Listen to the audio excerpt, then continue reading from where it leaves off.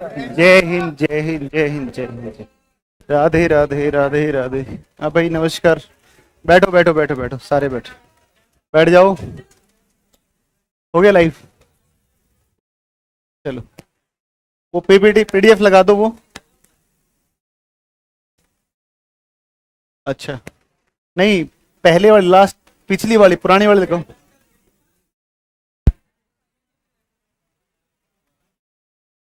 पुरानी इससे पहले जो पढ़ा रहे थे ना वो वाली लगाओ।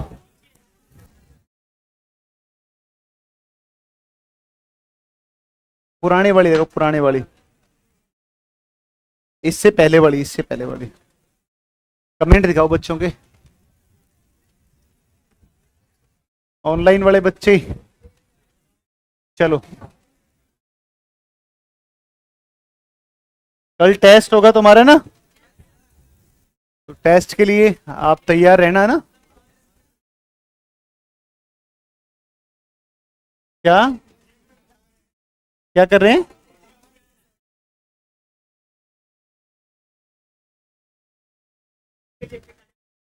अच्छा अच्छा अच्छा।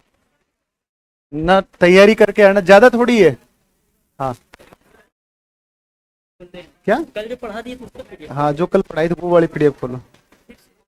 यार मैंने पीपीटी नहीं भेज रखी के पहले, इससे पहले वाली पीपीटी वो लगाओ ना। तो 25 से क्वेश्चन दे देंगे ना। हिस्ट्री वाले ही सर भी लेंगे टेस्ट, तो दोनों हिस्ट्री ज्योग्राफी का टेस्ट तुम्हारा हो जाएगा,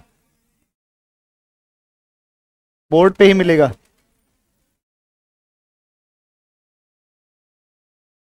अच्छा वो क्लास में आएंगे और वहां से सीधा टेस्ट लेंगे यहाँ। चलो जैसे हो वैसे ठीक है ना। क्लास में मैं नहीं आऊंगा कल। टेस्ट की पेपर मिलेगा, पेपर से टेस्ट करना। उनको सर को बोल देना टेस्ट पेपर से लें, है ना।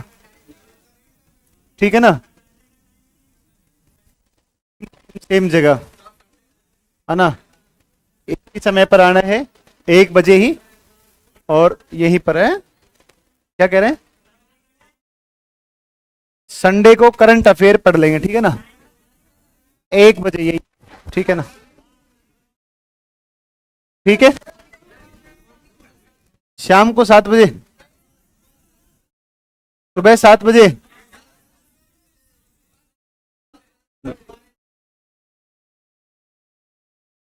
नहीं नहीं नहीं, टेस्ट दोपहर में इसी टाइम पर होगा ना। नींद आती है इस समय? ओके, अब क्लास शुरू कर लेते, फिर बाद में डिस्कस करेंगे इस पर ना।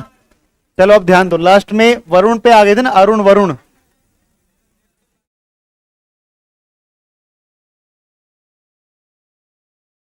एक बार सुनो, प्लीज ध्यान दो, प्लीज बातें नहीं। वरुण लिखो, वरुण लिखो सारे लोग, हेडिंग लिखो वरुण ग्रे, वरुण। हाँ, ऑनलाइन वाले बच्चों को मैम पढ़ाती है करंट अफेयर, तो ऑनलाइन वाले बच्चों को मैम ही पढ़ाएंगी, ठीक है ना। ये तो ऑफलाइन वाले बच्चों के लिए कोई टीचर अभी यहाँ पर अवेलेबल नहीं है, तो इसलिए करंट अफेयर मैं सोच रहा हूँ मैं पढ़ा देता हूँ, ना है कि नहीं।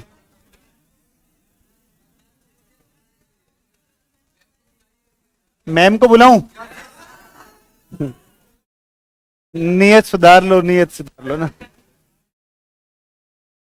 अगर मेरा नाम लिया जाता ना, तुम आवाज, एक भी आवाज नहीं आती है ना। ज्योग्राफी में आएगा, अच्छा ठीक है भाई, बढ़िया। सुनो, क्या करना है? नहीं, वो ऐसा सौभाग्य सिर्फ ऑनलाइन वालों का ही होगा, ठीक है ना। तो ऑनलाइन मैडम नोएडा से पढ़ाती हैं, तो वो वहीं से पढ़ाएंगे ना। अब तुम्हारे लिए पटना थोड़ी आएंगे बताओ पढ़ाने के लिए। चलो वरुण के बारे में सुन लो, 2-4 बातें सुन लो, आसान सा, ये कुछ ज्यादा चीजें इसमें है नहीं। सूर्य से सर्वाधिक दूरी पर कौन आएगा? वरुण। सूर्य से सर्वाधिक दूरी पर कौन आएगा? वरुण। और इसकी अगर परिक्रमण काल की बात करोगे तो लगभग 165 साल में एक चक्कर। आपने देखा कि इससे पहले अरुण था, अरुण 84 साल में, कितने साल में? 84। और उसको झुका हुआ या लेटा हुआ ग्रह कहा था, और जो है वो लगभग 97 डिग्री 98 डिग्री के आसपास उसका अक्षीय झुकाव मिलता है ना। और इसकी जो खोज है वरुण की 1846 में, और ये खोज करने वाले व्यक्ति कौन है? जॉन गाले। जॉन गाले हैं। इस ग्रह का परिक्रमण काल 165 साल है। कितने साल है? 165। सूर्य से सबसे दूरी पर है और सबसे ठंडा भी है, ये भी ध्यान रखना, सबसे ठंडा है। नीले रंग का दिखाई देता है। कैसे दिखता है? नीला।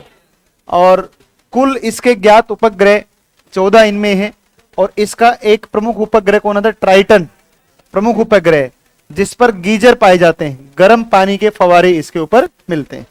तो ये 4-5 पॉइंट, इनको एक एक करके लिख लो आप। इसकी खोज इसकी खोज इसकी खोज इसकी खोज वर्ष 1846 में। इसमें ऐसा कोई खास बहुत सारी चीजें हैं नहीं इसमें, ठीक है। इसकी खोज वर्ष 1846 में, वर्ष 1846 में जॉन गाले द्वारा की गई। इसकी खोज वर्ष 1846 में जॉन गाले द्वारा की गई।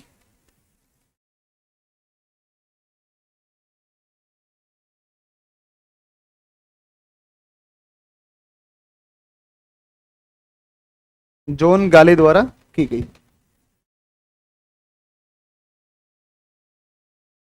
हाँ जी, जॉन गाले द्वारा की गई, लिख दिया सबने। फिर इसके बाद दूसरा देखो, इसका परिक्रमण काल, रिवोल्वेशन,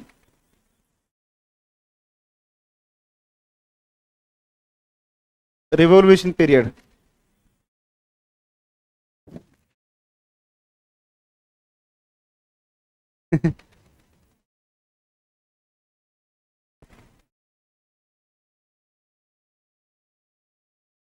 ये कौन है? मिस्टर मंगरू।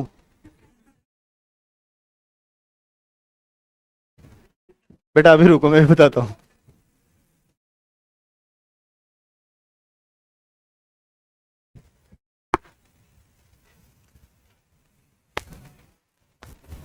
हाँ, ऑनलाइन के बच्चों का भी टेस्ट होगा ना, मैं क्वेश्चन दे दूंगा अभी, है ना, और कुछ बना के दूंगा नई क्वेश्चन। आप जो है टेस्ट ना इनका प्रॉपर तरीके से करवा देना।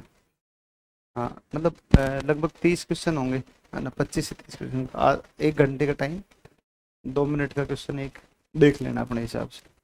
हिस्ट्री वाले सर के भी क्वेश्चन ले लेना, उनको भी उसमें मिला देना, ठीक है ना। 2 सेक्शन हो जाएंगे, हिस्ट्री, ज्योग्राफी, ठीक है। ऐसे टॉपिक वाइज टेस्ट हमारे प्रॉपर तरीके से करवाएंगे, सारे टेस्ट, है ना। और उन सारे क्वेश्चंस का एक अपना स्पाइरल बना करके और अपने रख लेना, ठीक है। सब बहुत अच्छे अच्छे प्रश्न आपको मिलेंगे, ठीक है, हल्के प्रश्न नहीं मिलेंगे, ठीक है। हाँ, ऐसा ही देंगे, ऐसा प्रश्न नहीं देंगे आपको सूर्य से सर्वाधिक दूर, है ना, वो नहीं देंगे, है कि नहीं। चाहे 10 ही क्वेश्चन दें, लेकिन 10 क्वेश्चन आएंगे बढ़िया वाले क्वेश्चन, भारी भरकम क्वेश्चन आएंगे, ठीक है। हाँ, 1-1 किलो के। इस ग्रह का परिक्रमण और घूर्णन काल लिख लिया, सर्वाधिक दूरी पर स्थित है तथा सबसे ठंडा ग्रह है ना, और एक इसमें नीले रंग का दिखाई देता है, it is blue in colour.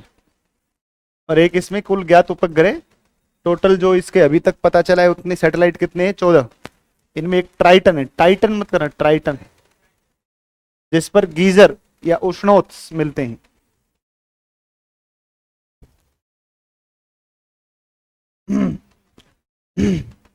गर्म पानी मंगवाओ ना।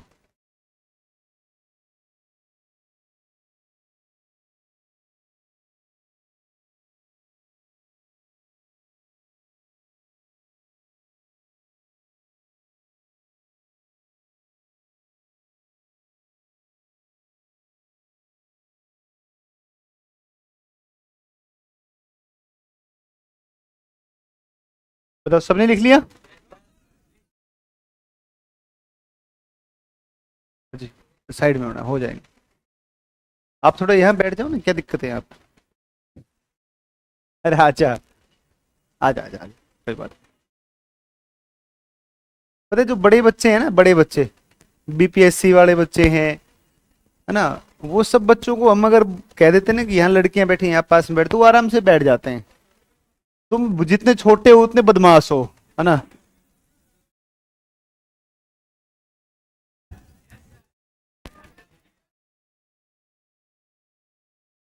हैं? सीधे हैं?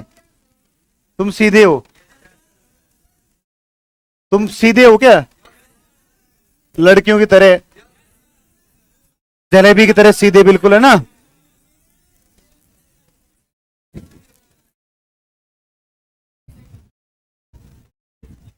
लड़के सीधे नहीं होते हैं कभी भी, है ना?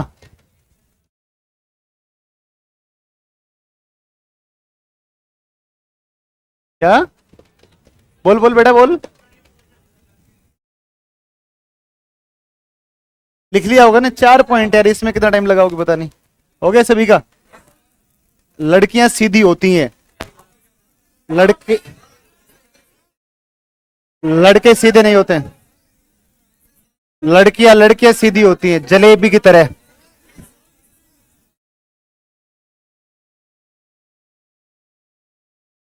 बता तो रहा हूं, लड़कियां सीधी होती हैं जलेबी की तरह बिल्कुल। देखो सर दरोगा, ये देखो मंगरू क्या लिख रहा है।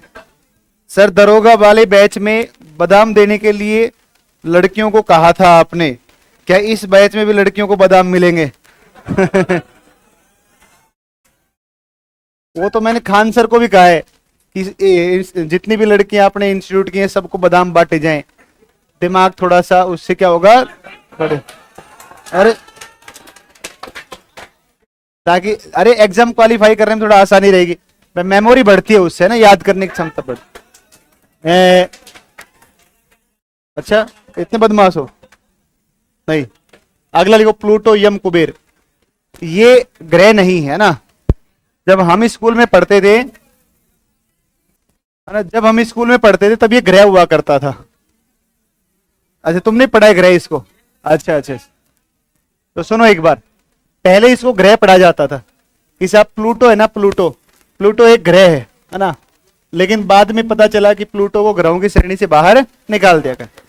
ग्रहों की श्रेणी से बाहर निकालने का मतलब ये बिल्कुल भी नहीं होता है कि साहब एरोप्लेन में बैठ करके और 20 30 50 वैज्ञानिक गए होंगे और वहां उतर के धक्के मारे होंगे, चल ग्रह की श्रेणी से बाहर हो।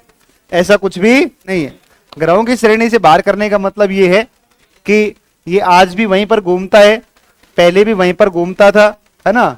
और प्लूटो कहता है कि चाहे कहीं से भी बाहर निकालो, अपने तो वहीं पर घूमेंगे। मतलब प्लूटो को बाहर निकालने से या ग्रहों की श्रेणी में रखने से इसको कोई फर्क नहीं पड़ता। बात समझ में आई? तो कुछ लोग ऐसे होते हैं प्लूटो की तरह, जिनको दुनियादारी चाहे कुछ भी करती रहे, उनको कोई फर्क नहीं पड़ना चाहिए। और मैं मानता हूं कि ऐसा होना भी चाहिए कि व्यक्ति को प्लूटो के जैसे स्वभाव रखना चाहिए, चाहे कोई कुछ भी कहता रहे। बात समझे कि नहीं समझे? है ना। तो ये है। तो ये, और विशेष रूप से शादीशुदा लोग, है ना, देखो इसमें। तो प्लूटो को ग्रहों की श्रेणी से बाहर निकाला। क्यों निकाला ग्रहों की श्रेणी से बाहर? तो प्लूटो को ग्रहों की श्रेणी से बाहर इसलिए निकाला, लिखने पर ध्यान मत दो, पहले सुन लो। इसको ग्रहों की श्रेणी से बाहर इसलिए निकाला, प्लीज सुनो सुनो ध्यान से सुनो एक बार। ग्रहों की श्रेणी से बाहर निकालने का इसका कारण है, और इसका कारण है कि ग्रह की परिभाषा डिफाइन की गई। और जब ग्रह को परिभाषित किया गया, प्लेनेट क्या होता है, प्लेनेट जो वर्ड है, सुन लो पहले। प्लेनेट जो वर्ड है, प्लेनेट वर्ड, ये प्लेनेट शब्द किससे बना है? ग्रीक भाषा या यूनानी भाषा के प्लेनेटाई से बना है। किससे बना है? प्लेनेटाई। और प्लेनेटाई जो शब्द इससे बना है, जिसका मतलब होता है परिभ्रमक या चारों तरफ घूमने वाला, परिभ्रमक या फिर चारों तरफ घूमने वाला। ग्रीक वर्ड है प्लेनेटाई, और प्लेनेटाई शब्द का अर्थ होता है चारों तरफ घूमने वाला या परिभ्रमक होता है। ठीक है। और वैज्ञानिकों द्वारा ग्रहों को परिभाषित किया गया, और वैज्ञानिकों ने कहा कि एक ऐसा सेलेस्टियल बॉडी होता है, एक ऐसा खगोलीय पिंड होता है जो सूर्य के चारों तरफ एक निश्चित कक्षा में चक्कर लगाते हैं। ध्यान देना एक बात तो आप सुन लो एक बार। ऐसे सेलेस्टियल बॉडीज जो सूर्य के चारों तरफ रिवोल्व करते हैं, उनकी अपनी खुद की एक ऑर्बिट होती है, एक डेफिनेट कोई ना कोई ऑर्बिट होगी, और वो किसी दूसरे ग्रह की कक्षा में चक्कर नहीं लगाएगा या प्रवेश नहीं करेगा। बात समझे कि नहीं समझे? जैसे स्टेटमेंट आ जाए, ग्रहों को परिभाषित किया जा सकता है, तो ग्रहों को परिभाषित किया जा सकता है। एक स्टेटमेंट उसमें आ गया कि इनका कोई ना कोई एक निश्चित द्रव्यमान होता है। दूसरा स्टेटमेंट, ये अपनी कक्षा के साथ किसी दूसरी कक्षा में भी चक्कर लगा सकते हैं। तीसरा शब्द, ये तीसरा आ गया कि प्लेनेट शब्द प्लेनेटाई से लिया गया है ना। तो ऐसे अगर ग्रहों की परिभाषा को लेकर के 4 स्टेटमेंट आए, उनमें से कहे तो आप ग्रह को परिभाषित करेंगे कि एक प्लेनेट की जो है एक अपनी कक्षा होती है, अपना एक ऑर्बिट होता है, वो अपनी ही ऑर्बिट में चक्कर लगाएगा, दूसरे की ऑर्बिट में चक्कर नहीं लगाएगा। और इस परिभाषा के अनुसार पाया गया कि प्लूटो जो है वो दूसरे ग्रह की कक्षा में चक्कर लगाता है, वरुण की कक्षा में चक्कर लगाता है। वरुण है कि नहीं है, वरुण की कक्षा में चक्कर लगाएगा, इसलिए उसे ग्रहों की श्रेणी से क्या कर दिया गया, बाहर कर दिया गया। 2006 में प्राग के अंदर जो है चेक रिपब्लिक में एक मीटिंग हुई इंटरनेशनल इसकी क्या कहते हैं, इंटरनेशनल एस्ट्रोनॉमिकल यूनियन की, और इंटरनेशनल एस्ट्रोनॉमिकल यूनियन की मीटिंग के अंदर और क्या कर दिया गया कि इसे ग्रहों की श्रेणी से बाहर कर दिया गया, ठीक है ना। तो आगे इसमें और क्या क्या है 2006 की, अच्छा, तथा ये सूर्य के प्रकाश से प्रकाशमान होते हैं, मतलब ग्रहों का अपना प्रकाश नहीं होता है। सारे ग्रह किसके प्रकाश से चमकते हैं, सूर्य, यानी कि कोई भी ग्रह जो ऊर्जा प्राप्त करेगा वो किससे करेगा, सूर्य से। दूसरी बात, 2006 की प्राग में हुए अंतरराष्ट्रीय खगोलीय संघ के सम्मेलन में ग्रहों को परिभाषित करते हुए कहा गया कि जिन पिंडों में पर्याप्त गुरुत्वाकर्षण भी होना चाहिए, है ना, जिनके अंदर अपना खुद का गुरुत्वाकर्षण व हो, गुरुत्वाकर्षण बल हो, है ना, गुरुत्वाकर्षण बल हो, वह गुरुत्वाकर्षण बल हो, ग्रेविटेशनल फोर्स हो, जिससे वह गोल रूप धारण कर सके, है ना, जिससे कैसा रूप हो, गोल, मतलब ऐसे नहीं टेढ़ा मेढ़ा नहीं होना चाहिए। कोई भी ग्रह की एक परिभाषा में ये होगा कि हमेशा कोई भी प्लेनेट क्या होता है, पूरा गोल होता है। जैसे बुध है, शुक्र है, पृथ्वी, ये गोल है सारे के सारे, इनके अपने अंदर क्या है, ग्रेविटेशनल फोर्स है, चीजों को अपनी ओर क्या करते हैं, आकर्षित करते हैं, ठीक है ना। और सूर्य के चारों ओर एक निश्चित कक्षा में चक्कर लगाता हो तथा उसके आसपास अन्य खगोलीय पिंडों की भीड़ भाड़ नहीं हो। ऐसा नहीं है कि पृथ्वी है, पृथ्वी के चारों तरफ कई सारे पिंड चक्कर लगा, ऐसा नहीं होना चाहिए। उसके आसपास पूरा स्पेस खाली हो, ठीक है ना, पूरा स्पेस खाली हो, आसपास बहुत सारे पिंड चक्कर नहीं लगाए। जैसे पृथ्वी के आसपास कोई नहीं है, अगर पृथ्वी के सबसे नजदीक कोई है तो वो कौन है, मून है, फिर दूर दूर तक कोई नहीं है कि नहीं है, तो इनके आसपास भीड़ नहीं होनी चाहिए। ग्रहों की परिभाषा 2006 में क्या दी गई है, वापिस सुन लो, क्या होना चाहिए कि इसमें पिंडों में अपना पर्याप्त क्या होना चाहिए, गुरुत्वाकर्षण बल होना चाहिए, एक बात। दूसरी बात, वह कैसे होने चाहिए, गोल होने चाहिए। फिर उसके अलावा सूर्य के चारों ओर क्या होने चाहिए, कक्षा में चक्कर लगाता हो, अपनी कक्षा में निश्चित कक्षा में चक्कर लगाए।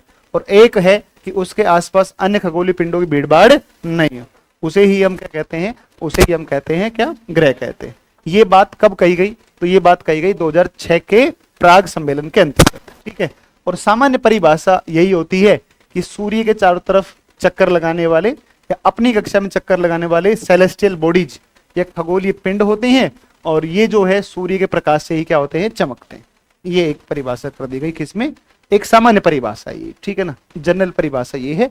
2006 की परिभाषा ये है। यूनानी वर्ड, ग्रीक वर्ड प्लेनेटाई से बना है, जिसका मतलब होता है परिभ्रमक, चारों तरफ घूमने वाले। बात समझ में आई। तो प्लूटो जो था, प्लूटो को यम कहते हैं, प्लूटो को कुबेर कहते हैं। प्लूटो को 2006 में ग्रहों की श्रेणी से बाहर कर दिया गया, क्योंकि वरुण की कक्षा में क्या लगाता था, चक्कर लगाता। इसे बोना ग्रह कहा जाता है, क्या कहा जाता है, बोना ग्रह। तो ये कुल मिला के बात है प्लूटो के बारे में। तो प्लूटो के बारे में थोड़ा सा आप एक बार लिख लो, फिर आगे चलते हैं, ठीक है ना। तो प्लूटो के बारे में, अच्छा, क्लाइड टोम्बेक के द्वारा इसकी खोज की गई 1930 में, ठीक है। तो आप एक काम करो, और एक काम करो, इसमें लिखो, लिखो प्लूटो की खोज क्लाइड टोम्बेक द्वारा 1930 में की गई।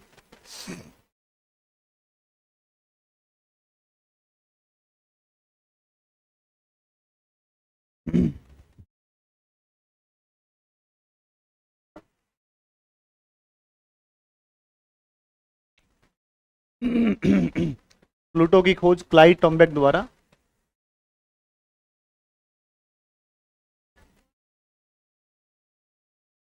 देखो, थोड़ा बहुत अगर ध्यान रहे तो ठीक है ना, क्योंकि आपका एग्जाम ना यूपीएससी लेता है, समस्या ये है। तुम्हारा एग्जाम एग्जाम अगर एसएससी लेता ना, तो मैं इसमें जितना पढ़ाया ना अभी तक उसका आधा ही लिखवाता, बहुत सारी चीज नहीं लिखवाता मैं, है ना। तो बहुत अनसर्टेनिटी होती है कि पता नहीं किस तरीके का पेपर बनाए, है ना। तो अपने एक काम करते हैं, ओवरऑल चीजों को पढ़ लेते हैं, है कि नहीं। तो थोड़ा एक आइडिया रहता है कि हाँ ठीक है, एक कालक्रम, एक क्रोनोलॉजी बन जाती है। प्लूटो की खोज क्लाइड टोम्बेक द्वारा 1930 में की गई, की गई।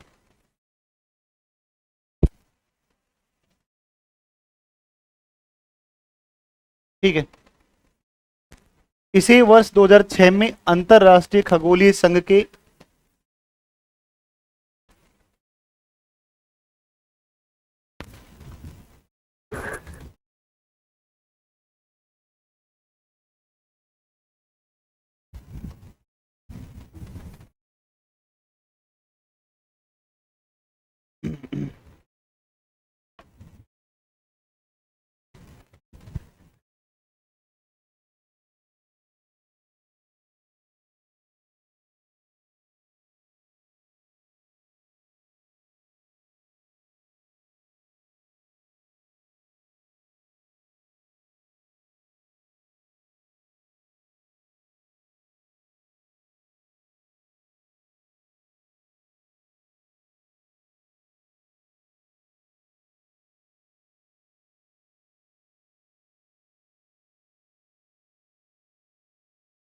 लिख दो देख करके ना।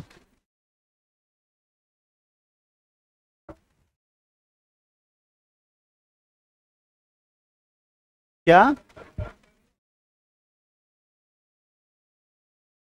नहीं, नहीं दिख रहा है क्या?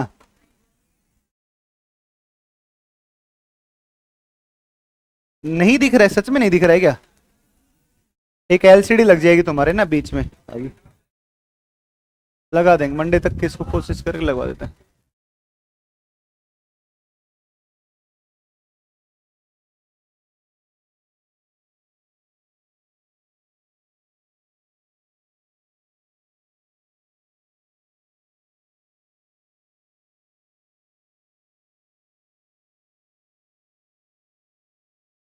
नहीं है ना उसके, यूरेनस के।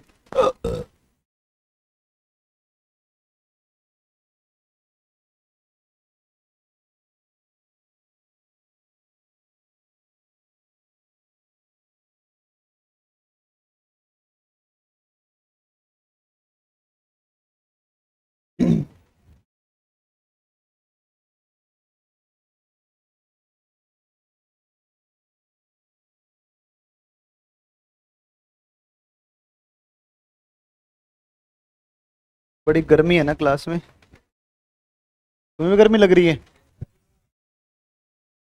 लाइट भी ऊपर से चमकती है ना, तो और ज्यादा गर्मी लगती है। बताओ, सबने लिख लिया? आज लिख लोगे? थोड़ा सा जल्दी करो। पता है, मैं सोच रहा था आज इसको कंप्लीट करेंगे, लेकिन आज भी कंप्लीट ना। एक सवा घंटे ज्यादा क्लास फिर ज्यादा वो बोरिंग हो जाती है ना। सवा घंटे 1.5 घंटे ठीक है इतना ना, 2 घंटा इंडियन ज्योग्राफी में ली जा सकती है, वर्ल्ड ज्योग्राफी वैसे ही। क्या इंडियन जो लेक्चर?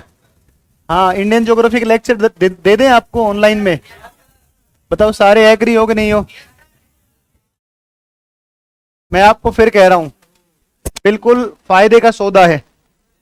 मैं फिर तुम्हें कह रहा हूं इस बात को, बिल्कुल फायदे का, 100% फायदे का सौदा है।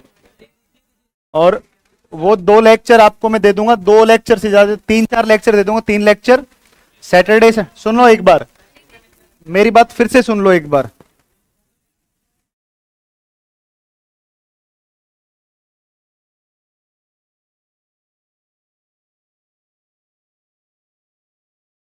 किसने भेजा है ये प्रश्न, जल्दी ये बताओ।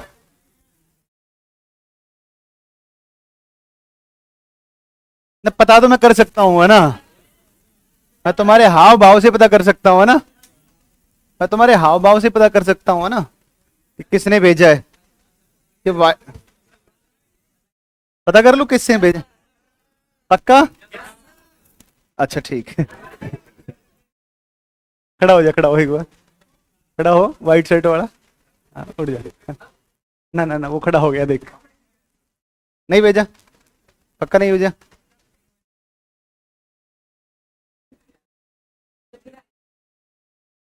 बेटा गड़बड़ लग रही मुझे तेरे से ही।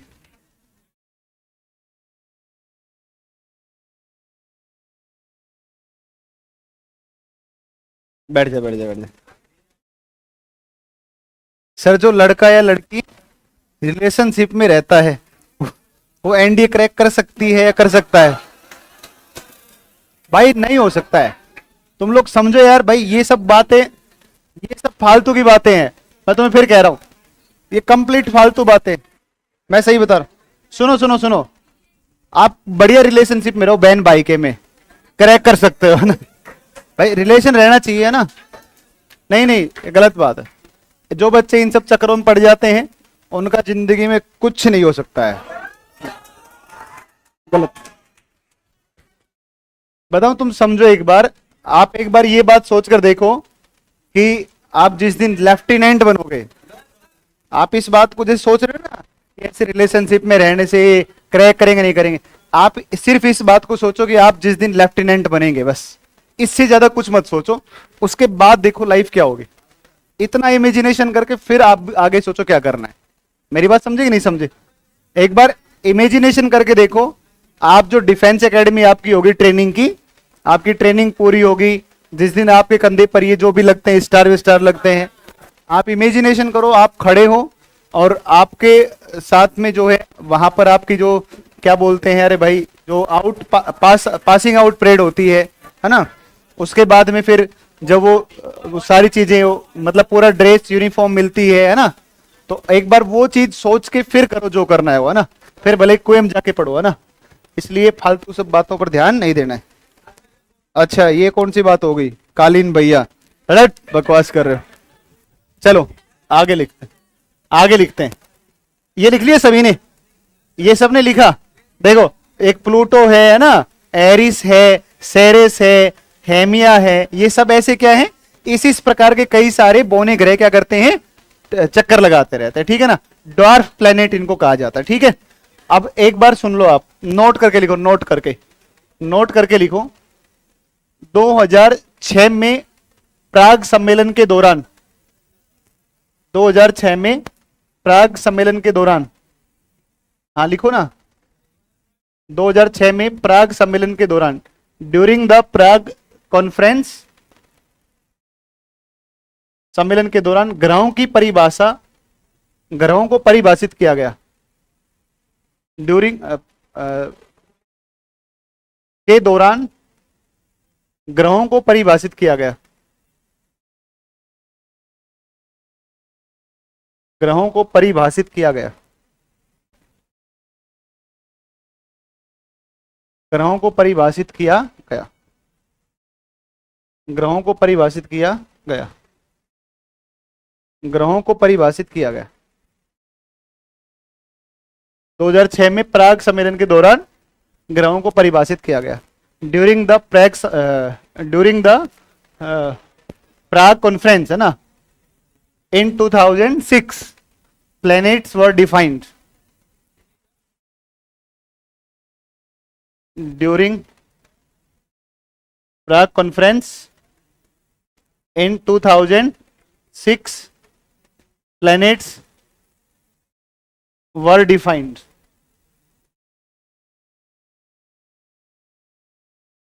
है ना। और कैसे डिफाइन किया गया, तो इन्हें डिफाइन किया गया ऐसे, ऐसे किया गया, ऐसे, है ना। देखो यहां से लिखो, कहा गया कि, डैश करके लिखो, डैश करके लिखो, जिन पिंडों में पर्याप्त गुरुत्वाकर्षण बल हो, यहां से लिखना, यहां से, जिन पिंडों में पर्याप्त गुरुत्वाकर्षण बल हो। दिमाग खराब है क्या तुम्हारा सच में ही? पीछे क्या लिखना है, पीछे क्या देखना है, क्या देखोगे पीछे, मैंने क्या लिखा है पीछे, ऐसे बताओ मुझे एक बार, क्या लिखा है? मैंने ये लिखा है, चुप रहे एक बार, प्राग सम्मेलन के दौरान ग्रहों को परिभाषित किया, इतना ही तो है। और फिर इसके बाद में क्या लिखना है, इसके बाद मैंने ये बोला है कि सिर्फ यहां से लिखो, जिन पिंडों में पर्याप्त गुरुत्वाकर्षण बल हो, इसको लिखो, इसको पीछे करो, आगे करो, जिन पिंडों में पर्याप्त गुरुत्वाकर्षण बल हो, इसको बल लिखना है, इसको वर्ड को बल, जिन पिंडों में पर्याप्त गुरुत्वाकर्षण बल हो, है ना, those bodies which have sufficient gravity so that they can take a spherical form. जिन पिंडों में पर्याप्त गुरुत्वाकर्षण बल हो जिससे वह गोल रूप धारण कर सके, जिससे वह गोल रूप धारण कर सके, जिससे वह गोल रूप धारण कर सके, गोल रूप धारण कर सके, लिखा, गोल रूप धारण कर सके। फिर लिखो, revolve in a fixed orbit, अब की बार सही वर्ड आया ना, revolve, fixed orbit around the sun, सूर्य के चारों ओर निश्चित कक्षा में चक्कर लगाता हो, सूर्य के चारों ओर निश्चित कक्षा में चक्कर लगाता हो।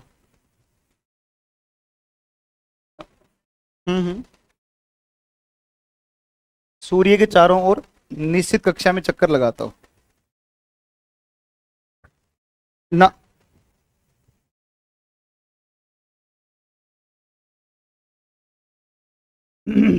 चक्कर लगाता हो, लिख दिया सबने, चक्कर तथा उसके आसपास अन्य खगोलीय पिंडों की भीड़भाड़ ना हो, revolve in the fix orbit around the sun and have other planets around it, है ना।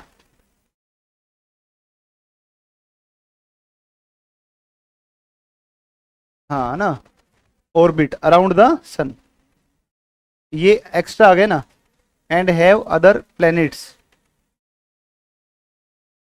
है ना। Should be no crowded of celestial bodies, should be not crowding of celestial bodies, इसके आसपास कोई भी छोटे बड़े पिंड नहीं होने चाहिए। अच्छा, इस वर्ड को जरूर लिख लेना, ये बहुत इंपॉर्टेंट है ना। प्लेनेट शब्द किससे बना है? ग्रीक वर्ड, लिख दो। प्लेनेट शब्द ग्रीक या यूनानी भाषा के प्लेनेटाई से बना है। प्लेनेट शब्द, प्लेनेट शब्द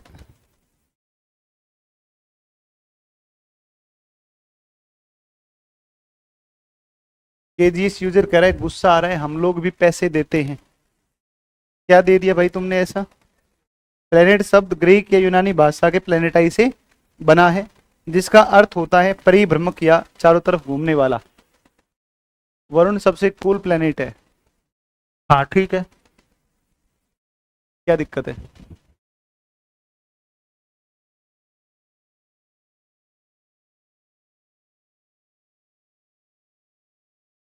हाँ, पीपीटी से नहीं पढ़ाएंगे, है ना। ये पीपीटी जो बनी हुई थी उसको पढ़ा रहा हूं। अगला चैप्टर में बिल्कुल भी पीपीटी का यूज नहीं करेंगे, गलती से भी यूज नहीं करेंगे, ठीक है ना। पीपीटी का उपयोग गलती से भी नहीं करेंगे, केवल करंट अफेयर के अलावा, है ना, करंट अफेयर के अलावा। हाँ, उसकी सीट देंगे, उसमें आपको लिखवाएंगे नहीं क्लास में, क्योंकि कंटेंट ज्यादा होता है ना, तो वो फिर मतलब बड़ा हो जाएगा ना कंटेंट।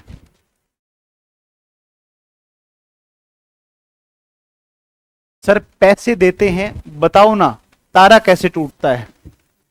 पैसे देते हैं और ये बताओ कि तारा कैसे टूटता है। नहीं बताऊंगा तारा कैसे टूटता है ना। मतलब तुम बात तो सुनो एक बार, पैसे देते हैं बताओ, है ना। हे भगवान कृष्ण जगन्नाथ, क्या सुनना पड़ रहा है, कैसे कैसे दिन आ गए। ऐसे ऐसे बच्चे हैं, इनको तो पीट भी नहीं सकते हैं ना। ऐसे बच्चों को पीटे तो कहेगा पैसे देते हैं, नहीं पीटेंगे, है ना। तारे अभी टूटेंगे आगे चल करके, अभी थोड़ी देर बाद टूटेंगे, अभी नहीं टूट रहे हैं ना तारे, अभी तुड़वाएंगे तारों को। एक बच्चे का क्वेश्चन आया है बेटा, ये कह रहे हैं if Pluto revolve around Neptune. मैंने कब कहा कि नेपच्यून के चारों तरफ घूमता है? मैंने तो कहा है कि घूमता तो किसके चारों तरफ है? सूर्य के। लेकिन वो किसकी कक्षा में से होके चक्कर लगा देता है? देखो मैं आपको बताता हूं। जैसे मान लो कि ये एक कोई घर है ना, इसमें एक लड़का रहता है, मान लो ए नाम का। ये एक दूसरा घर है, इसमें एक लड़का रहता है बी नाम का। और एक ये कोई घर है और इसमें लड़का रहता है सी नाम का। ए बी और सी तीनों ही दोस्त हैं, तीनों ही एक साथ घूमते हैं। बी नाम के लड़के की शादी होगी, नहीं, ए नाम का लड़का किससे मिलने जा रहा है? सी से। और इसके पास जाते हुए किसके घर में चक्कर मार के चला जाइए? बी के घर में। बात समझे? अब बताओ बी लड़का क्या करेगा? इसको लात मार के बाहर भगाएगा, कहीं सीधा जा, इधर क्यों आ रहा है ना। तो इसमें लफड़ा ये होता है इनके बीच में। देखो मैं बताता हूं आपको कि जैसे सन है ना, ये यहां पर आपका सन है बेटा, बात नहीं, ये यहां पर आपका यूरेनस है, इसके बाद में कौन है? नेपच्यून है। ये नेपच्यून अपनी कक्षा में चक्कर लगा रहा है। और यहीं पर कौन है? प्लूटो। और प्लूटो चक्कर लगा रहा है, लगाता कट मार देता है किसकी कक्षा में? तो ये किसकी कक्षा में? नेपच्यून। आई बात समझ में? क्या? नहीं, देखो सुनोगे तब समझ में आएगा। अभी तक तो टक्कर हुई नहीं है, बात समझे भाई? अभी तक तो टक्कर हुई नहीं है, लेकिन टक्कर हो सकती है।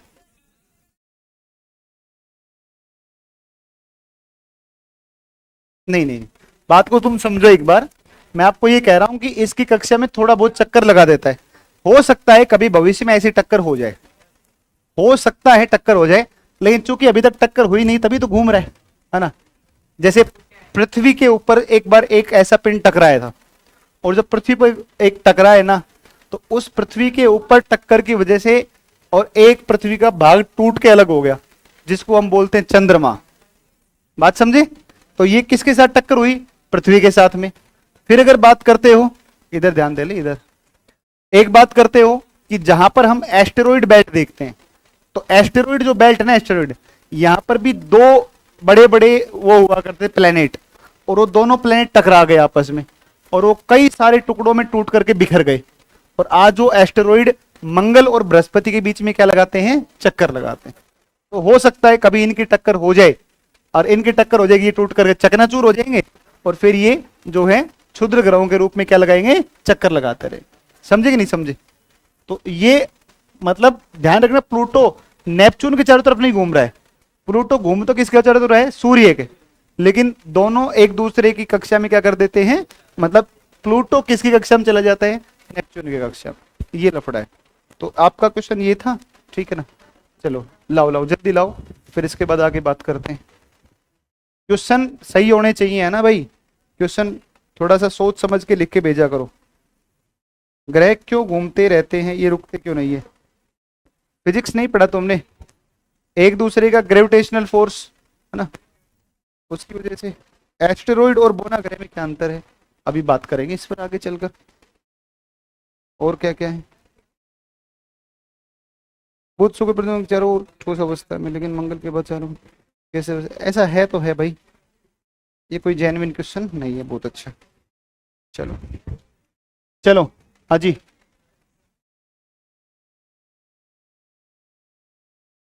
किसके आसपास? हाँ हाँ हाँ, ठीक है। नहीं होने चाहिए, लेकिन क्यों? मतलब मेरे साथ क्यों क्यों दांत निकाल रहे हो तुम? क्या मिल गया ऐसा? क्या है? क्यों हंस रहे बता? क्यों हंस रहे बता? क्या मिल गया बता? बता, ऊपर देख, ऊपर देख, ऊपर देख, क्या मिल गया? अरे देख तो, क्या मिल गया बता?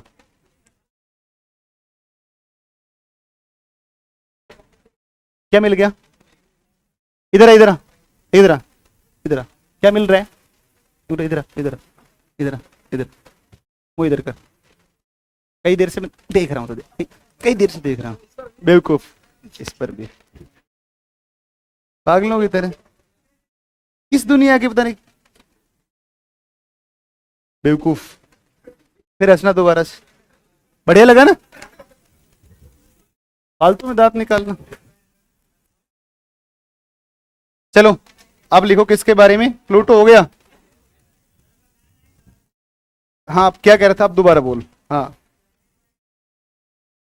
प्लेनेट के, हाँ हाँ, उसके आसपास नहीं होने चाहिए। लेकिन यार भाई, आसपास का मतलब होता है कि बहुत नजदीक नहीं हो, ये इनकी डिस्टेंस बहुत ज्यादा है। हाँ, अरे यार बहुत सारे का मतलब ये नहीं है कि उनकी संख्या ज्यादा है, बहुत नजदीक नहीं हो। जैसे एस्टेरॉइड बेल्ट है, तो एस्टेरॉइड बेल्ट में बहुत छोटे बड़े बहुत सारे हम्म, हाँ, बैठ जा, फालतू क्वेश्चन, तेरा कोई मतलब ही नहीं, बेकार का कोई मतलब थोड़ी हो गया। यार वो आकार में बहुत बड़े हैं, जो सैटेलाइट है ना वो बहुत बड़े हैं, छोटे नहीं है वो, जितने मून से हो, जितने मून से वो छोटे नहीं है, बहुत बड़े हैं। और वो अपनी एक निश्चित कक्षा है उनकी भी, जो नेचुरल सैटेलाइट्स हैं या फिर जिनको हम मून बोल रहे हैं, उनकी एक अपनी निश्चित कक्षा में चक्कर लगा रहे हैं वो प्लैनेट के चारों तरफ, ठीक है ना? पृथ्वी में होल करने के बाद क्या उसमें बॉल गिरेगा नीचे? ये फालतू बकवास है, कोई मतलब नहीं। अब आप लिखो, अब आप लिखो एस्टेरॉइड, क्षुद्र ग्रह। लिखो बेटा, लिखो एस्टेरॉइड, लिखो क्षुद्र ग्रह, लिखो एस्टेरॉइड, लिखो।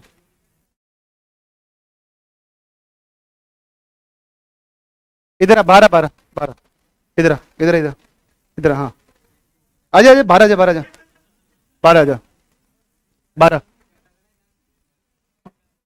12 12, एक बार 12, इधर आ, इधर आ, आजा आजा, 12 आजा, अरे आजा आजा, 12 आजा, 12 12, इधर आ, आजा आजा आजा, आजा आजा बाहर आजा। इसको समस्या है कुछ? नहीं, छोड़ देना है। चलो, अब आप एक छोटा सा डायग्राम बनाओ, है ना, और एक बार थोड़ा सा ध्यान दो इस पर। इस तरफ आप देखेंगे तो इस तरफ आपका एक ग्रह है और यहां पर एक ग्रह पड़ता है जिसका नाम है मंगल। कौन सा ग्रह है? मंगल है एक, ठीक है ना, मार्स है, ये मंगल हो गया। और मंगल के बाद में आप देखोगे तो मंगल के बाद में एक इधर कौन पड़ता है? बृहस्पति। ये पड़ता है आपका, जिसको बोलते हैं बृहस्पति, ये बृहस्पति, ये बृहस्पति है, यानी कि जुपिटर है ना, राइट। और ये कौन सा है? मार्स, मार्स, मंगल, ये मार्स है, ठीक है। मैं तुम्हें फिर एक बात समझा चुका हूं, मैंने जितना तुम्हें लिखवाया है, अभी 2 लेक्चर और लगेंगे, लगभग 12 घंटे के आसपास क्लास हो जाएगी इस चैप्टर की। इतना लिखवाने की आवश्यकता मतलब नहीं, तुम्हें है आवश्यकता, तुम्हें लिखवाना पड़ेगा, लेकिन फिर भी सामान्य तौर पर क्या होता है ना कि बहुत सारी चीजें स्किप कर दी जाती हैं, समझे कि नहीं समझे, और बच्चों के ऊपर छोड़ दिया जाता है कि अगर वो थोड़े से अवेयर होंगे तो पढ़ लेंगे, नहीं तो वो जाने उनका काम जाने, टीचर का सिलेबस हो जाता है। मैं तुम्हें फिर कह रहा हूँ कि प्रॉपर तरीके से पूरा वर्ल्ड पढ़ा देता हूँ।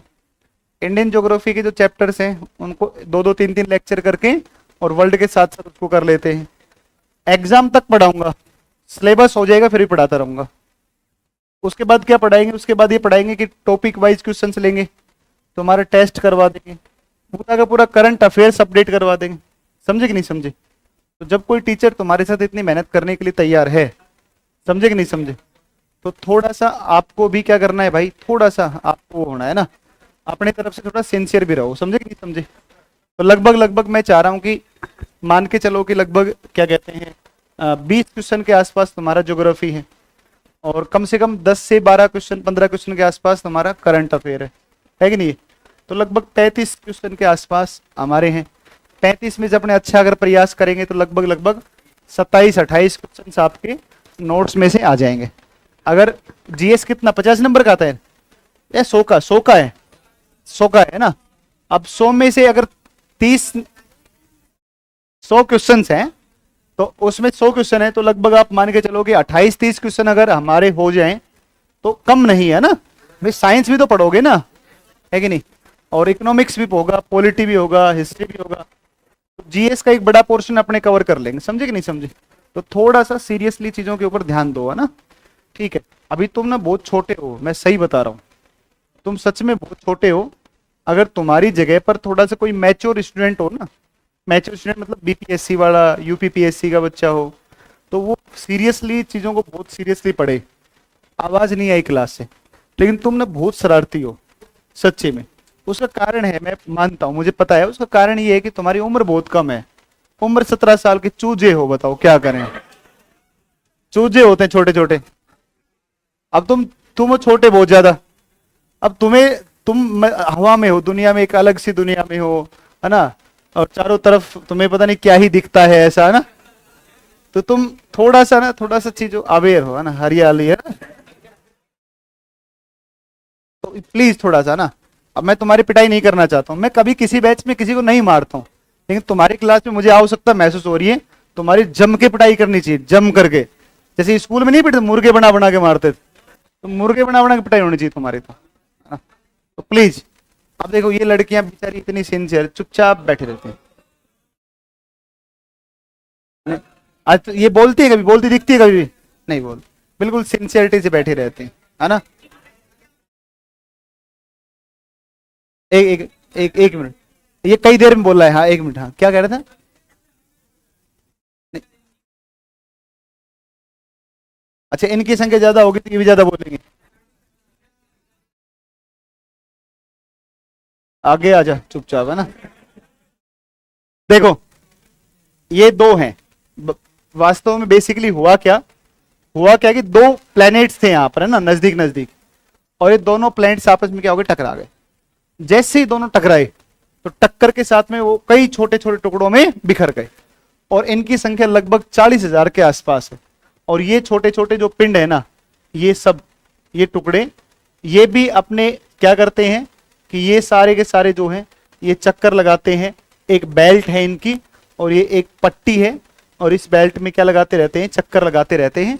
जैसे जैसे मंगल चक्कर लगा रहा है, बृहस्पति लगा रहा है, शनि लगा रहे हैं, ऐसे ये भी घूम रहे हैं, ठीक है ना। होता क्या है कि मंगल का अट्रैक्शन फोर्स किस पर लगता है, इसके ऊपर। तो भाई मंगल में भी अपना ग्रेविटेशनल फोर्स है, और मंगल क्या करेगा, इनको अपनी तरफ अट्रैक्ट करेगा।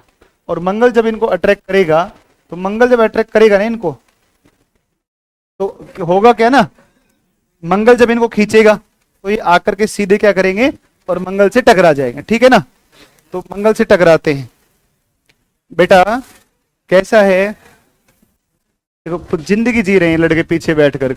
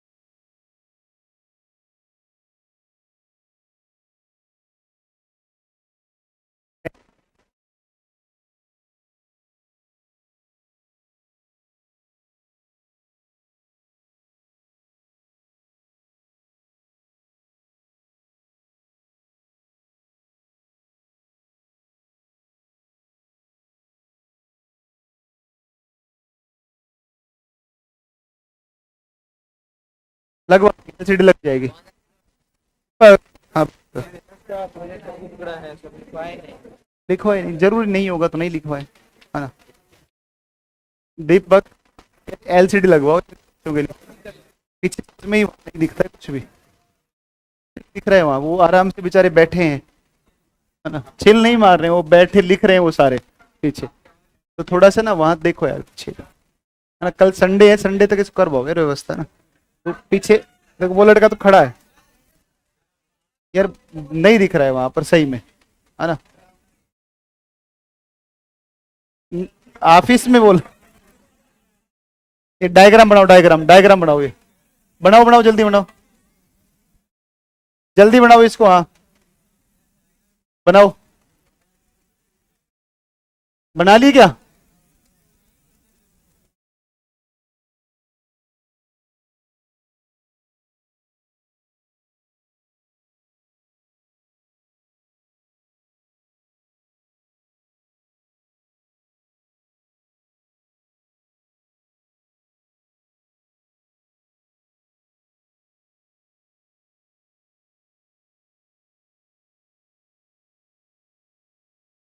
क्षुद्र ग्रह पेटी, देखो कई बार तो, देखो सामान्य प्रश्न कई बार क्या आता है, जनरल प्रश्न तो ये पूछता है कि भाई एस्टेरॉइड बेल्ट किन दो प्लेनेट के बीच में है, तो मार्स और जुपिटर, ये बिल्कुल सिंपल क्वेश्चन आता है ना। और अभी मैं इसको डिटेल से थोड़ा और बताता हूं इसके बारे में, आप एक बार इतना डायग्राम बना लो पहले केवल। हाँ क्या वापस नहीं मिल सकते, ये वापस क्यों मिलेंगे, बिखर चुके हैं, अब ये अपनी अपनी जगह पर फिक्स हैं, चक्कर लगा रहे हैं। इतना इनके अंदर ग्रेविटेशनल फोर्स है ही नहीं, ये एक दूसरे को आकर्षित कर सके, है ना।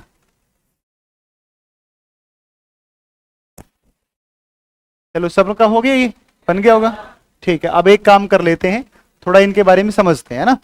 देखो मैंने इसका एक बेसिक आपको बताया, और मैंने इसका ये बेसिक बताया कि मंगल का कुछ ना कुछ ग्रेविटेशनल फोर्स है, और वो बहुत ज्यादा है, और मंगल जो है इन एस्टेरॉइड को अपनी तरफ क्या करता है, अपनी तरफ अट्रैक्ट करता है। जब ये इनको अपनी तरफ अट्रैक्ट करता है। अच्छा, मंगल के इस तरफ कौन है? तो मंगल के इस तरफ कौन है? पृथ्वी है। पृथ्वी है ना, तो ये यहाँ पर पृथ्वी आ जाएगा, अर्थ आ जाएगा, ये पृथ्वी है। और बेसिकली होगा क्या कि ऐसे पृथ्वी क्या कर रही है, चक्कर लगा रही है, ऐसे तुम्हारा मार्स ऐसे घूम रहा है सन के चारों तरफ, और इस तरीके से कौन घूम रहा है? ये आपका कौन घूम रहा है? जुपिटर घूम रहा है। तो आप अगर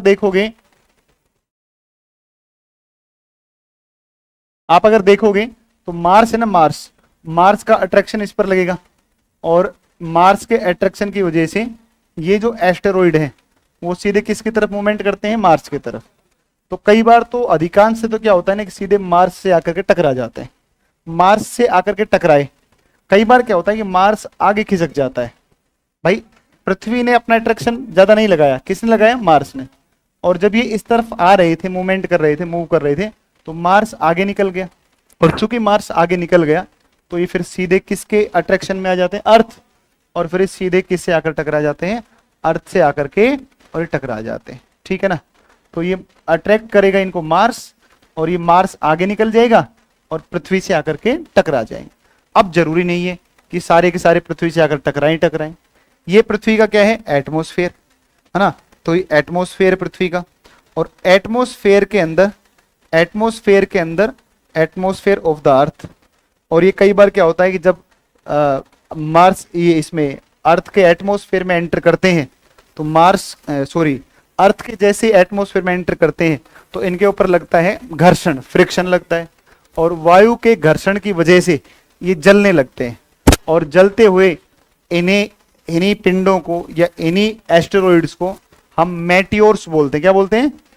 और जब ये जलते हुए हमें आसमान में दिखते हैं तो हमें लगता है कोई तारा टूट रहा है, और इन्हें ही हम शूटिंग स्टार के नाम से या टूटते तारों के नाम से जानते हैं। कॉन्सेप्ट समझ में आया कि नहीं आया? माइंड सेट हुआ इस बात पर? देखो, जब तक ये अपनी जगह पर चक्कर लगा रहे हैं तब तक तो इनको कहा जाता है एस्टेरॉइड। क्या कहा जाते हैं? जब इनको मंगल या मार्स अट्रैक्ट करे या फिर अर्थ अट्रैक्ट करे, और जब ये मार्स की तरफ भागते हैं या फिर ये पृथ्वी की तरफ भागते हैं, तो ऐसी स्थिति में इनको मेटियोर्स कहा जाता है। क्या कहा जाता है? मेटियोर्स। और जब ये मेटियोर्स जब ये अर्थ के एटमॉस्फेयर में एंटर करते हैं तो ये घर्षण की वजह से जलने लगते हैं, और जलते हुए इन्हीं सेलेस्टियल बॉडीज को हम क्या बोलते हैं? शूटिंग स्टार या टूटता हुआ तारा कहते हैं। अब तो कुछ समझ में आया होगा ना इस बात को लेकर के। और ये टूटते हुए तारे कई बार पूरे नहीं जल पाते हैं, और ये अर्थ की सरफेस से आकर टकरा जाते हैं। और जब अर्थ की सरफेस से आकर कहीं टकराते हैं तो टक्कर की वजह से वहां पर बड़े बड़े गड्ढे बन जाते हैं, और उन्हें हम क्रेटर कहते हैं। क्या बोलते हैं? क्रेटर। और इस प्रकार की जैसे एक जिला पड़ता है महाराष्ट्र का बुलढाणा। कौन सा पड़ता है? महाराष्ट्र का बुलढाणा जिला है। उस महाराष्ट्र के बुलढाणा में एक झील है जिसका नाम है कौन सी? जिसका नाम है लोनार। कौन सी है? लोनार। तो वो लोनार जो झील है वो किसी एस्टेरॉइड की टक्कर से ही वो बनी। तो आपको एस्टेरॉइड, मेटियोर्स, शूटिंग स्टार समझ में आई?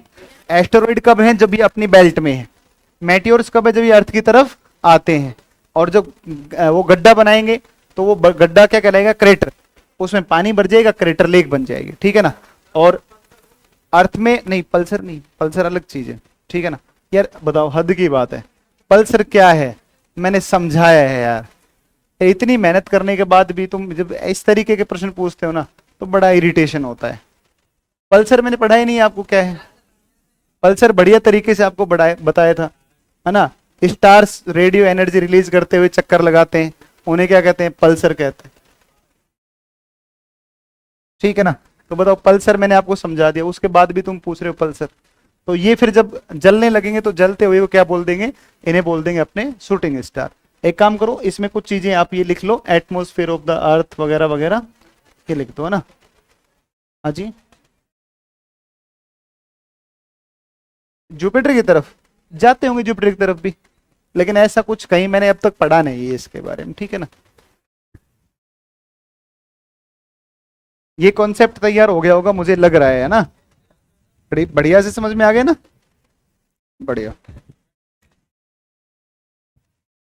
मून के ऊपर भी टकराते होंगे भाई। मून भी तो क्या कर रहा है? अर्थ के चारों तरफ घूम रहा है मून।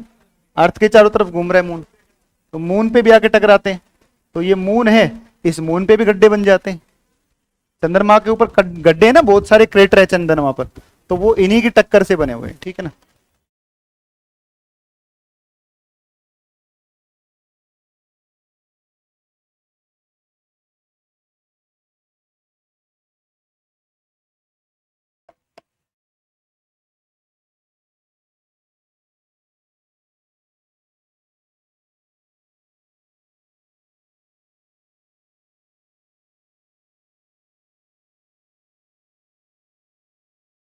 हाँ जी, अभी रखो उसको, अभी ले लेंगे।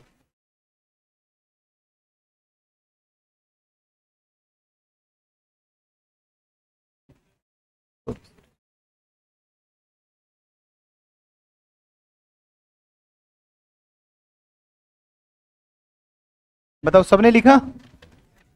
बहुत बढ़िया।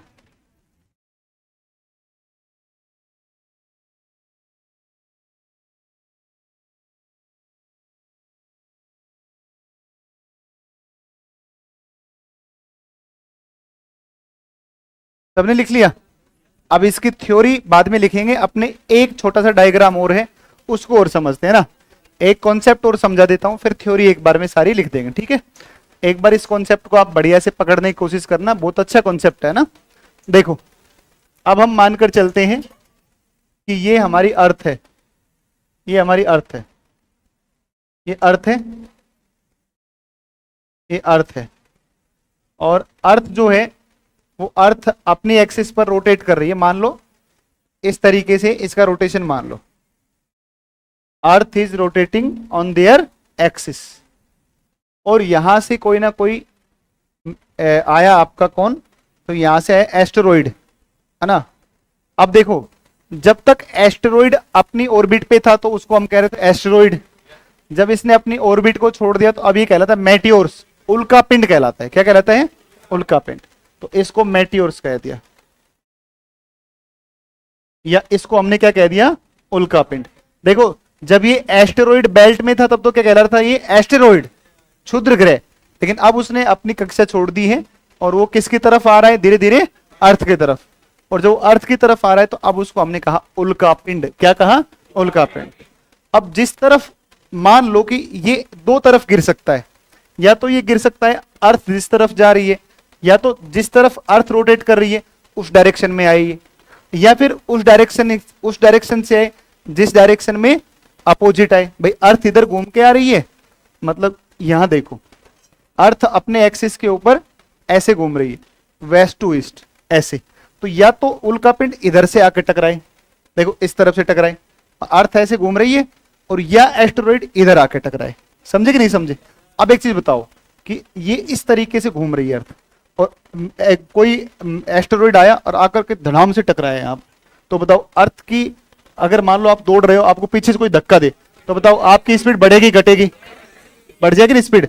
तो जब कोई एस्टेरॉइड आकर के अर्थ की रोटेशन की डायरेक्शन में टकराएगा तो अर्थ की स्पीड को क्या कर देगा? बढ़ा देगा। समझे कि नहीं समझे? और अगर कोई अपोजिट आके टकरा जाए, अर्थ ऐसे घूम रही है, ये इधर से टकराया आकर, तो अर्थ की स्पीड क्या कर देगा? धीमा कर देगा। कॉन्सेप्ट है कि नहीं समझ में आया? क्लियर होगी बात? तो अर्थ की स्पीड को, अर्थ का जो रोटेशन स्पीड है, इसको बोलते हैं रोटेशन। इसका मतलब जो उल्का पिंड होते हैं, मेटेओर्स होते हैं, ये अर्थ की स्पीड को कम ज्यादा कर सकते हैं। समझे कि नहीं समझे?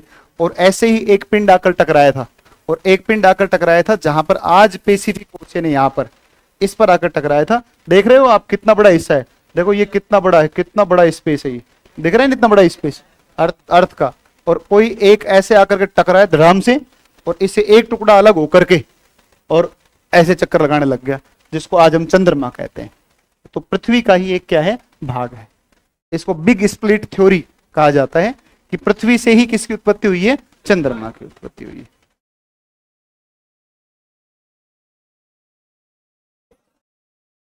ठीक। तो ये हो गया, है ना।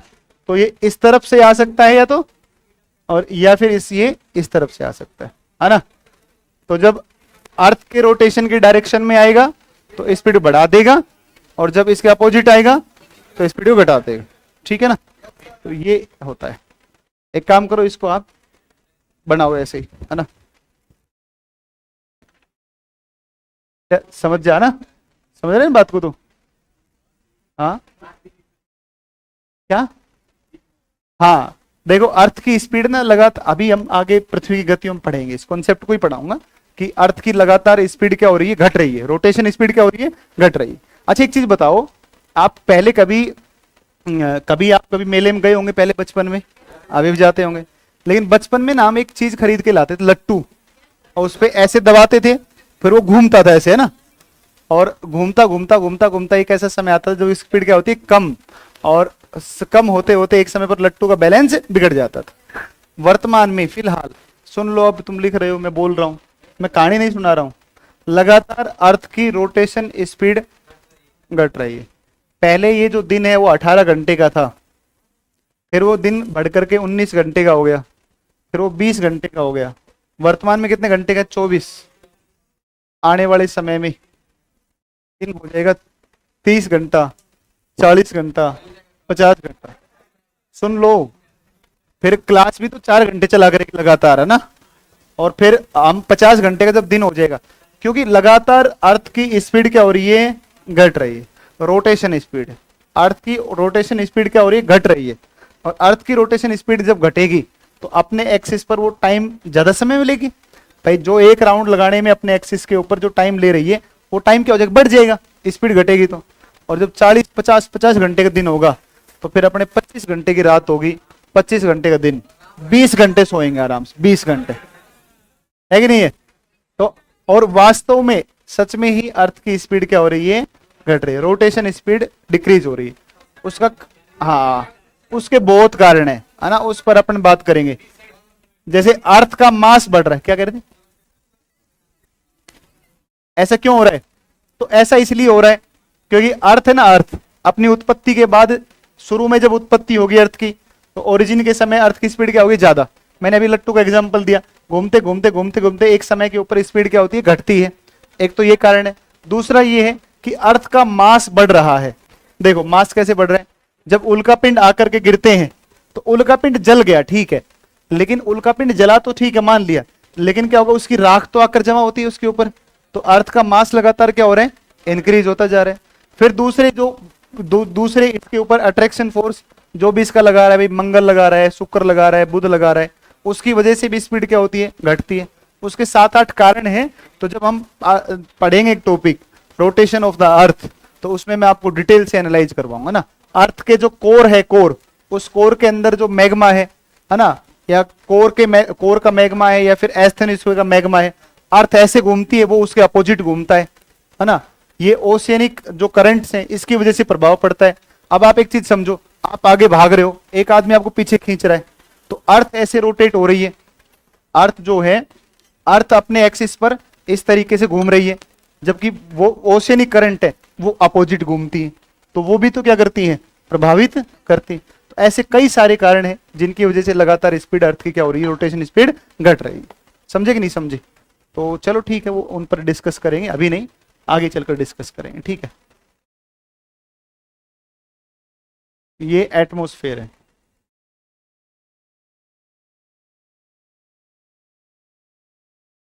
एटमॉस्फेयर है।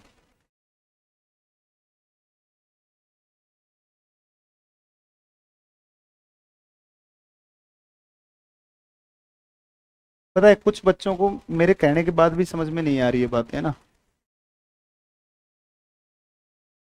वो अपनी शरारतों को बरकरार रखना चाहते हैं, पता नहीं क्या सिद्ध करना चाह रहे हैं कुछ बच्चे, समझ में नहीं आ रही है भाई। और जब ये एंटर करते हैं और ये जब जलने लगते हैं, तो जब ये जलने लगते हैं ना, तो जलेंगे,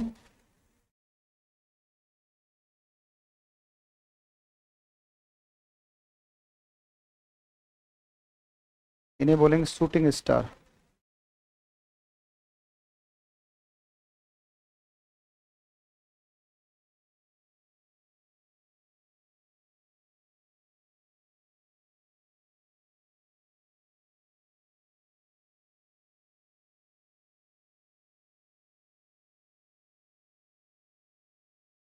एक बार लिख लो, और जरूरी भी नहीं है कि आके टकराएं, साइड से भी निकल सकते हैं, है ना। कई बार जैसे आप सुनते होंगे कि वैज्ञानिक बता रहे हैं कि बड़ा विनाश होने वाला है, पृथ्वी पर महाविनाश होगा, कोई पिंड आकर टकराएगा, तो वो स्टडी करते रहते हैं ना साइंटिस्ट कि कौन कौन उल्का पिंड कहाँ से आ रहा है, कैसे जा रहा है, तो वो अनुमान लगा लेते हैं कि कहाँ कोई टक्कर हो सकती है क्या। देखो, हाँ ये स्पीड है, ये जो आएंगे उल्का पिंड इनकी स्पीड है। जब अर्थ की तरफ आते हैं डायरेक्शन में तो स्पीड ज्यादा होती है, और अपोजिट आते हैं तो इनकी स्पीड कम होती है। मत लिखो अगर नहीं लिखना चाहो तो, कोई जरूरी नहीं, नहीं लिख लिया तो कोई बात, नहीं लिखा तो रहने दो, है ना, उतने डीप की जरूरत आपको नहीं पड़ेगी, ठीक है ना। चलो बाकी इसको कल फिर अपने आगे पढ़ते हैं, ठीक है। Thank you. शरारत मत करा करो क्लास में तुम लोग, हाँ। किसमें? नहीं बताऊंगा। हाँ बता भाई, क्या करते इधर से? क्या करता है? मना थोड़ी किया मैंने कोई। डिस्टेंस बहुत ज्यादा है तो उतने अट्रैक्ट नहीं हो पाता। साइज बड़ा है भले, लेकिन डिस्टेंस बहुत ज्यादा है यार, मतलब उसके ग्रेविटेशनल में